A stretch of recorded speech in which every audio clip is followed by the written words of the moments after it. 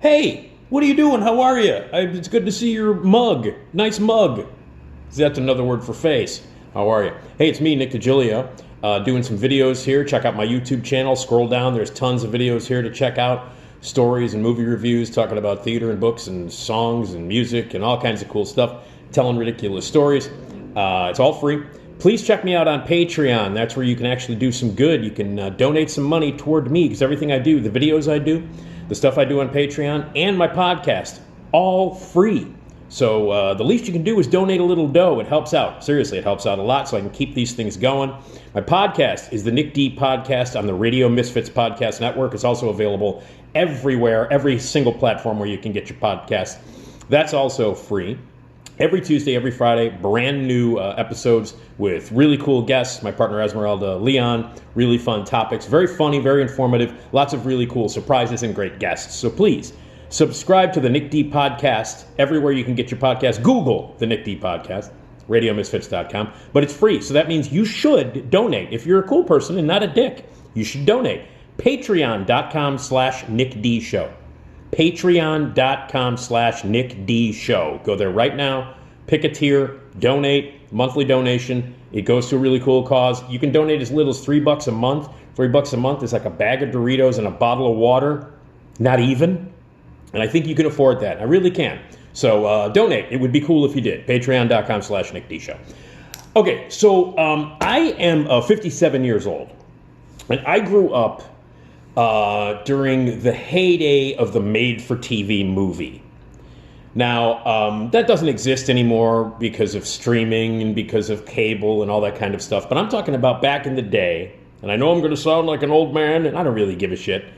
There were 3 channels. There were 3 networks, and then you had your UHF and local little channels.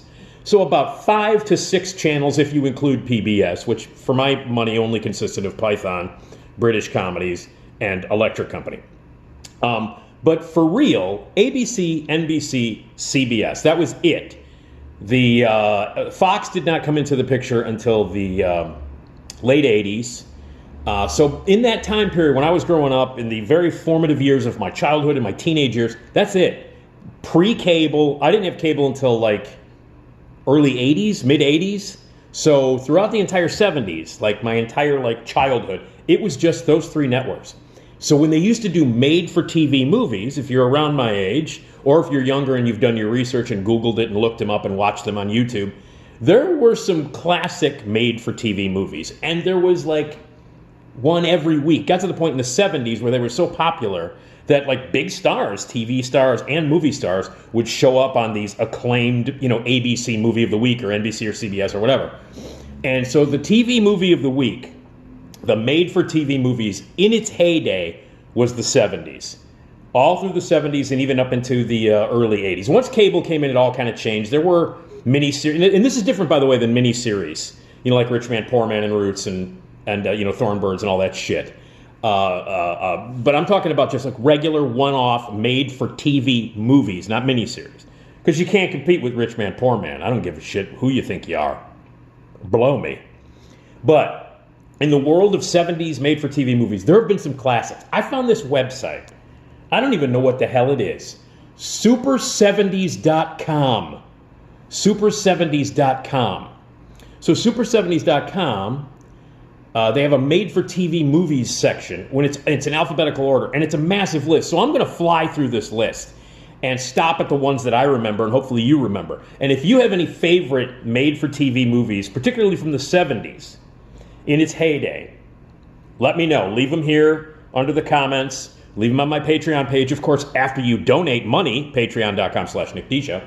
And this is something that I'm going to talk about on my podcast as well, so I'd love to hear your feedback. What are your favorite made-for-TV movies? So this is, anyway, Super 70s, and I know I'm going to ring a lot of bells here if you're around my age. So let's see. The first one that they have here is The Adventures of Tom Sawyer. This is a classic one from 1973. And they did versions of this. They did Huck Finn. They did all that stuff. Johnny Whitaker, who was on A Family Affair, starred in most of these. But let me fly through some of these. Let's see. The Amazing Howard Hughes with Tommy Lee Jones from 1977. An American Christmas Carol from 1979 with Henry Winkler. Remember that one? Henry Winkler played Scrooge, the Fonz. That was his big Oh, look, I can act. I'm more than Fonzie. Your Name is Jonah with Sally Struthers from 1979 about Sally Struthers and James Woods was in it too from 1979, and it's the movie where they discover that their son is deaf and they try to deal with it. And a lot of these made-for-TV movies at the times were like ripped from the headlines, and they dealt with real social issues and things that were happening in real life or news stories or things like that, but they were like ripped from the headlines, and there was a lot of runaways and alcoholics and people with disabled children and all kinds of stuff. Homelessness, any kind of sort of issue that was like, popular at the time, they would throw together a made-for-TV movie. They would shoot these things in like 3 weeks, cut them together, and throw them up on ABC or NBC. And most of them were bad. A lot of them were tacky, and most of them pretended they were important by the subject matter that they covered, but it didn't necessarily mean they were good. So, Are You in the House Alone from 1978. This is a high school co-ed who is being sort of like terrorized. Dennis Quaid was in this one. Young Dennis Quaid was in it. And it was aired in 1978 when movies like Halloween and things like that came out where you were terrorizing babysitters. Let's see. Attack on Terror, the FBI versus the Ku Klux Klan, 1975. The Autobiography of Miss Jane Pittman, a classic one from 1974. Cicely Tyson won an Emmy for it. All right, here's the first one on the list. These are alphabetical. Bad Ronald, please. Bad Ronald with Scott Jacoby, 1974. One of the legendary ones, one that has stuck with me for all of these years. For 50 years, this movie has stuck with me. And it is about Scott Jacoby plays a kid who kills somebody, and his mom sticks him behind the wall to keep him safe. And then his mom or his grandmother or some shit dies.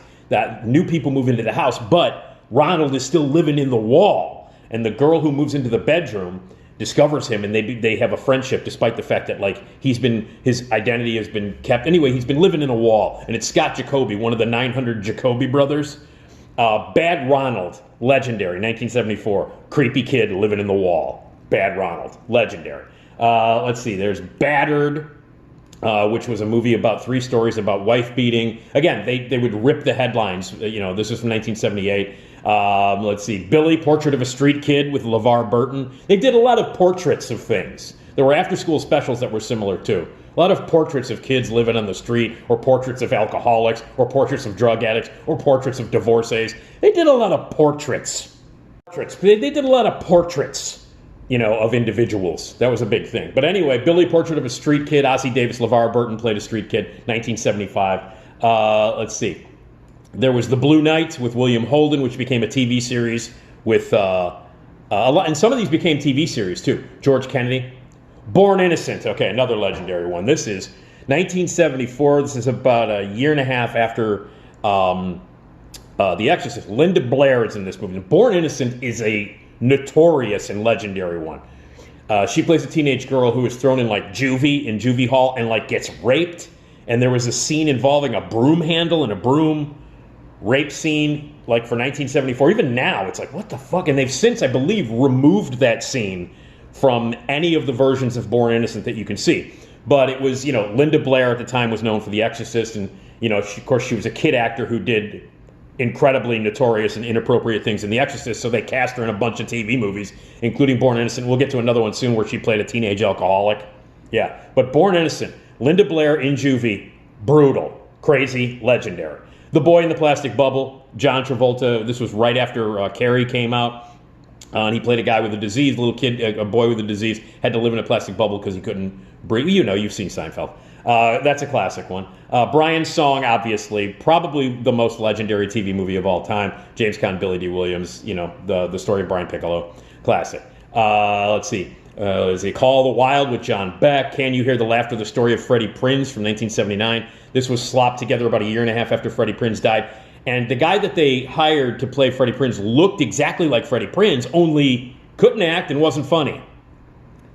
But he looked exactly like him, so I'll give him credit for that. But yeah, that was Can You Hear the Laughter? The Story of Freddie Prinze, 1979. The Castaways of Gilligan's Island, they did a bunch of those. There was Catholics with Martin Sheen in 1973. About a changing of the guard in the Catholics, and Trevor Howard, Martin Sheen. Christmas to Remember with Jason Robards from 1978. They made a bunch of Christmas made-for-TV movies, and all of them were fucking depressing. Like, everybody was dying. This one took place during the Depression. Jason Robards. It was just like every Christmas movie that was made for TV on any of the three networks was always like, Jesus Christ, I feel like killing myself. I'm trying to get some holiday cheer and some festive Christmas stuff. And then here's a movie about people dying and starving and depression and loneliness. Every Christmas movie that came out was about sad things. There was The Connection with Charles Durning, which was a drug thriller. There was The Dark Secret of the Harvest Home with Bette Davis from 1978. Gothic horror movie. That was back when Bette Davis, in that part of her career, the later part of her career, was doing nothing but shitty horror movies. Like she was in Burnt Offering. She was in the Shelley Winters movie, The Who Slew Auntie Rouge. She was in Whatever Happened to Baby Jane. And she continued doing that. She was in Watcher in the Woods.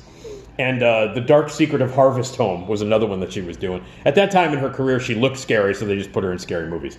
The Darker Side of Terror from 1979. Dawn, Portrait of a Teenage Runaway. Another portrait. Dawn, Portrait of a Teenage Runaway. This was with Eve Plumb, Jan, from the Brady Bunch. She runs away. Ooh, and it was like, ooh, we're going to see Jan on the streets. Yeah, I was a teenager, man. I was like, I want to see Jan on the streets. Deadly Game, which was a cop movie with, of course, Andy Griffith. Then there was The Death of Richie, legendary one, Death of Richie, with Robbie Benson and Ben Gazzara.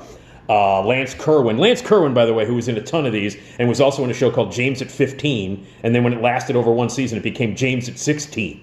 I love that show. I was like 14 when it came out, so I was about a year younger than James. Another one of those very serious, like, portraits of a teenager. This was a series, but Lance Kerwin was in a bunch of them. Death of Richie, Robbie Benson, in the 70s. This is 1977, at the height of the Robbie Benson craze. Robbie Benson played a drug addict, alcoholic, lunatic kid, and it's based on a true story, and Ben Gazzara plays his father and kills him at the end. Like, shoots him with a gun. And I remember this one, it was an important one because we discussed it at school the next day. When you discussed any of the TV movies at school the next day, they were important. So we discussed The Death of Richie at school. Are you kids okay? You watched The Death of Richie last night? Do you need counseling? Well, you can't have any because, Nick, you go to a public school and we're all drunk. It's the 70s. None of the teachers or the principals give a shit. You're in a public school. Enjoy the shitty food in the basement and talk about Death of Richie with your friends while you smoke joints. That sums up everything. Death Scream. One of Raul Julia's first movies from 1975. The Devil's Daughter, I remember that one, Shelley Winters, horror. They did a lot of these horror. Diary of a Teenage Hitchhiker. This was with Katherine Hellman and Charlene Tilton. And this was from 1979. Charlene Tilton was in it. This was like right around the Dallas craze. And Dick Van Patten was in it. Now, you know it's quality when a Van Patten is involved. You know it's good, especially 70s Van Patten. The Disappearance of Amy from 1976, period drama about a courtroom hearing. Let's see, Don't Be Afraid of the Dark. All right, please. We can just stop right there. Kim Darby, Jim Hutton move into an old house that's haunted by little teeny people. Little creatures with fucked up faces, little monsters. Scared the shit out of me when I was a kid. Guillermo del Toro remade it about 10 years ago, and it sucked. But the original TV movie, this is a legendary one, 1973. And there were a lot of really fun horror movies that were made for TV. But don't be afraid of the dark. Fucking classic. Let's see, A Dream for Christmas. Another depressing Christmas movie. Duel, okay? One of Steven Spielberg's best movies. It's better than about 80% of his movies, including fucking Schindler's List. Duel, great movie. Dennis Weaver and a truck. Classic. Made-for-TV movie. A lot of people forget that it's made for TV. Elvis. John Carpenter. Kurt Russell as Elvis. One of the greatest TV movies of all time. A great film. Legitimately great movie. And still holds up to this day. And it is not even remotely, you can't even compare it to that. The Baz Luhrmann movie, you can't, if you say it in the same sentence as the Kurt Russell, John Carpenter movie, fuck you. Anyway, Elvis. Fantastic. Then there's The Execution of Private Slovak with Martin Sheen. That was like the first time anybody really noticed Martin Sheen, 1974. Big time, The Execution of Private Slovak, that was a big one. The Falling of Raymond with Jane Wyman and Dean Stockwell. Friendly Fire, Carol Burnett making a very big dramatic statement. Ned Beatty, Sam Waterston. It won all kinds of Emmys, and it was about people dying, soldiers dying due to friendly fire. I remember that one being very serious. Okay, Gargoyles, 1972. Cornell Wilde, Jennifer Salt, was 1972, which made me 7 when I saw it. Yeah, 7. 7 or 6 or 7, whatever. I was very, very young. But that was the first movie. I remember seeing Jennifer Salt in her halter tops, because Jennifer Salt wears a series of... Gargoyles is about a bunch of creatures, gargoyles. The makeup was fantastic. Dick Smith did the makeup. Incredible. If you remember, it's Gargoyles. It's legendary. Svengoolie shows it every once in a while. Legendary, one of the greatest horror TV movies of all time. But Jennifer Salt got me through, and I started, like, that was the first time I went, whoa, what did this lady do to me? You know, like, what's happening down there? Oh, I'm like young, real young, and Jennifer Salt and her halter tops, I was in love with her. The Gathering with Ed Asner, 1977, another Christmas movie where you want to kill yourself afterwards. Get Christy Love, classic, became a TV series. Go Ask Alice, another drug one from 1973. Helter Skelter, that was kind of a mini-series from 1976. That was about, obviously based on the book, about the Manson killing. Scared the shit out of me when I was a kid. Homecoming, A Christmas Story from 1971. Again, very depressing. Horror at 37,000 Feet with William Shatner, 1972. Crazy movie. An evil curse on a plane. Shatner. How Awful About Alan, which was with Alan Perkins. Let's see. I Know the Caged Bird Sings. Diane Carroll, Ruby Dee from 1979. I Want to Keep My Baby from 1976 with Mariel Hemingway. She's a pregnant teenager. I Want to Keep My Baby. Let's see. The Incredible Hulk, which became a TV series.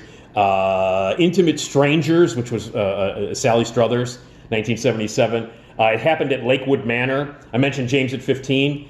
Jesus of Nazareth. That was a mini-series, though. I'm not going to count that as a... I don't know why that's on here. Katie, Portrait of a Centerfold with Kim Basinger, 1978. About a naive girl becomes a centerfold and what happens after that. Another portrait, as you can see. Then there was Killer Bees. There were a lot of Killer Bee movies. This one was from 1974. Gloria Swanson, Edward Albert were in it. There were a whole bunch of Killer Bees. There was Bees. There was all kinds of... There were like, in the 70s, all the disaster movies. You know, this was Killer Bees, 1974. Killdozer. A bulldozer running around killing people. Kiss Meets the Phantom. Phantom of the Park, 1978. That's legendary. There is The Last Dinosaur from 1977. The Law with Judd Hirsch. That was a very serious. Judd Hirsch and John Beck, Bonnie Franklin, very serious one. The Legend of Lizzie Borden. Oh, I remember this one with Elizabeth Montgomery as Lizzie Borden. Let's Scare Jessica to Death. The Life and Assassination of the Kingfish. Like Normal People, Sean Cassidy and Linda Purl. Linda Purl, another one, and Desi Arnez Jr. Linda Purl, Desi Arnez Jr. starred in approximately 7,642 TV movies. Like Normal People was about mentally challenged young people. Little Ladies of the Night, 1977, about Linda Purl, again, running away, become a prostitute. David Soul was in that. Look What Happened to Rosemary's Baby, which was a sequel to Rosemary's Baby. They did a version of The Miracle Worker where Melissa Gilbert played Helen Keller, and Patty Duke Aston, who played Helen Keller in the original, won the Oscar for it, plays Anne Sullivan. The Missiles of October with William Devane, 1974. Moon of the Wolf, werewolf movie with David Janssen. The Morning After with Dick Van Dyke, lots of drunk stuff in that one. The Night Stalker, legendary. It was a TV movie. Then they did The Night Strangler with Darren McGavin. Classic. Just classic. And that became, of course, a TV series. The Night Stalker, The Night Strangler, all of those. There was Night Terror from 1977 with Valerie Harper. There was Nowhere to Run. David Janssen, another one. He was in like 80 of these. Orphan Train, Outrage with Robert Culp. I remember him getting pissed off. Teen gang terrorizing his family. Robert Culp gets mad, gets baseball bats and fucking rifles and starts shooting teenagers. Awesome. Robert Culp, pissed. He's pissed because the movie's called Outrage. There is Portrait of a Stripper from 1979 with Leslie Ann Warren. The Possessed. I talked about this with PJ Souls because she's in it. Joan Hackett, James Ferrantino. Joan Hackett runs this children's school, and she gets possessed by the devil, and James Ferrantino exorcises her. 1977, scared the shit out of me. The Possessed, it's out there. You can see it on YouTube, and PJ Souls is in it. Let's see. The Rescue from Gilligan's Island, Return to Earth, Revenge with Shelley Winters. Shelley Winters, her daughter gets raped, so she goes nuts, goes after Stuart Whitman, and Bradford Dillman, please. There is Sarah T., Portrait of a Teenage Alcoholic from 1975, again, Linda Blair. Surviving The Exorcist, Surviving Born Innocent. Now she's the Portrait of a Teenage Alcoholic. I remember this because she ordered booze from a liquor store that delivered. And when they came to deliver, she turned this is the only thing I remember about the movie, is that she ordered booze from a liquor store. She's like 15 or 14 or whatever. And they come to deliver the booze, and they're like, well, where's your parents? And she had the shower on. She turned the shower on. She said, oh, my dad's in the shower right now. But he has given me permission. And they wouldn't give her the booze. Yeah, I remember her. She was very upset, got the shakes and shit, because she didn't get her booze, but she pretended that her parents were home by turning on the shower. That is a portrait of a teenage alcoholic, if there ever was one. Scream of the Wolf with Peter Graves, another werewolf movie, 1974. There was a Sharon, Portrait of a Mistress, another Portrait of a Mistress. Trish Van Devere from 1977. Patrick O'Neill. It's about her cheating on, her having sex with a married guy, and it's a Portrait of a Mistress. Desi Arnez Jr. in She Lives. There is Soul Survivor, Someone I Touched, Someone's Watching Me, directed by John Carpenter with Lauren Hutton. That's how he met Adrienne Barbeau. Terrific suspense movie, thriller, Someone's Watching Me. Came out, actually it aired the same year as Halloween, when Halloween came out. The Spell with Lee Grant from 1977, another scary one. There was Strange New World with John Saxon, the great John Saxon, the greatest of all. 1975. I remember watching that simply because John Saxon was in it. The Streets of L.A. from 1979. Joanne Woodward, Robert Weber. Summer of Fear with Linda Blair again. 1978. This one was directed by Wes Craven, made-for-TV movie about witches. Again, Linda Blair, 1978. I remember that one. Sunshine Christmas with Cliff DeYoung. Sweet Hostage, Linda Blair, where she gets the, what do they call that, the syndrome? Something, when you like your kidnapper, leave it here. Martin Sheen is her kidnapper. She gets kidnapped, she falls in love with him, and then she's all upset when he gets killed by the authorities at the end. Stockholm Syndrome. Sweet Hostage, I remember loving that one. Linda Blair, I had a crush on Linda Blair then. Sybil, obviously, Sally Field with 47 different personalities from 1976. There is Thursday's Game with Gene Wilder and Bob Newhart, Ellen Burstyn, and Cloris Leachman, 1974. Really terrific, very sophisticated comedy. James L. Brooks, I believe, wrote that, called Thursday's Games. One of my favorites of all time, motherfucking Trapped. James Brolin. James Brolin is in a big department store. He goes into the bathroom. Some dude knocks his ass out, steals his wallet. He's out cold in the men's room. Meanwhile, they shut the store down for business. They close it down for the night, and they release the goddamn guard dogs, which are like 12 Doberman pinchers. So it's James Brolin stuck in a department store with a bunch of goddamn Doberman pinchers running around. Trapped, man, from 1973. I remember that. That's a legendary one. Probably one of my top 5 or top 3 greatest TV movies of all time. Trapped. James Brolin. Dobermans. Legendary. Let's see. Then there's Trilogy of Terror. Come on, man. Karen Black, Dan Curtis, 3 different stories. Nobody remembers the first 2. The third one is Voodoo Doll running around, chasing her. You know it. Trilogy of Terror, 1975. The Undercover with the KKK with Don Meredith from 1979. Don Meredith going undercover to help out to help expose the KKK. Again, Don Meredith. A Vacation in Hell from 1979. Barbara Feldon. It was a vacationers on a posh island resort get terrorized. Priscilla Barnes was in that one too. Then there is Where Have All the People Gone with people with there's a radiation end of the world explosion and Peter Graves was in that one. There's the Winner Takes All from 1975. There's A Woman Called Moses with Cicely Tyson, which was a terrific movie from 1978. Wonder Woman, which became a TV series again.